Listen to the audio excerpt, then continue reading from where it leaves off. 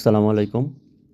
এটি একটি সিলিং ফ্যানের পুরো সার্কিট ডায়াগ্রাম। আসলেও সিলিং ফ্যান কিভাবে ঘুরে এসি বিদ্যুৎ সরবরাহে মানে আমাদের বাসাবাড়িতে যেই সিলিং ফ্যান ইউজ করি বা কিভাবে তার কানেকশন হয়ে থাকে এটি নিয়ে আমরা আলোচনা করব। ১ম এ এটি একটি সার্কিট ব্রেকার। এখানে সাপ্লাই দিতে হয় বা কাট আউটও হতে পারে যে ইনপুট সাপ্লাই। রেড মানে লাইন আর এটা হলো নিউট্রাল বা আর্থিং এর তার বলে অনেকে, কিন্তু এটা নিউট্রাল তার আরকি। তো এটি দিয়ে কারেন্ট এসে সুইচ হয়। সুইচটা সবসময় ফেস এর সাথে সংযুক্ত হয় এবং কারেন্টকে কন্ট্রোল করার কাজে ব্যবহার করা হয়।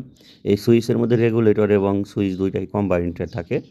তো এটির মধ্য দিয়ে এখানে ফ্যানের যে মানে কি বলে, কয়েলের যে ভিতরের পার্টটা এগুলো বাইরে দেখানো হয়েছে আসলে মূলত যেভাবে থাকে ক্যাপাসিটরের সাথে। এখানে দেখুন যে এই যে লালের সাথে লাল লালটা হলো রানিং কয়েল, যেটা সার্বক্ষণিক ঘুরে। আর এইখানে যে ব্লুটা আছে এটা হলো কমন থাকে, যেটা নিউট্রালের সাথে আছে। আর মাঝে যেটা আছে সেটা হলো স্টার্টিং, মানে যেটা ফ্যানকে যেই কয়েলটা স্টার্ট করে দেয়। তারপরে রানিং কয়েল এটা সবসময় ঘোরাতে থাকে।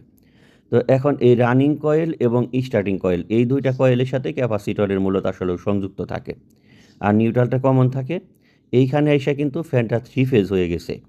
মানে একটা ফেজের সাথে পাইছে ক্যাপাসিটর, আবার সেটা ব্যাক করে প্রান্তটা ক্যাপাসিটর আ মানে ফ্যানের যে আপনার স্টার্টিং কয়েল আছে, মানে রানিং কয়েল থেকে ক্যাপাসিটর হয়ে স্টার্টিং কয়েলে এসে আরেকটি প্রান্ত লাগছে। এই ক্যাপাসিটর এই ফ্যানকে স্টার্টিং করার কাজেই মূলত আসলে ব্যবহার করা হয়ে থাকে।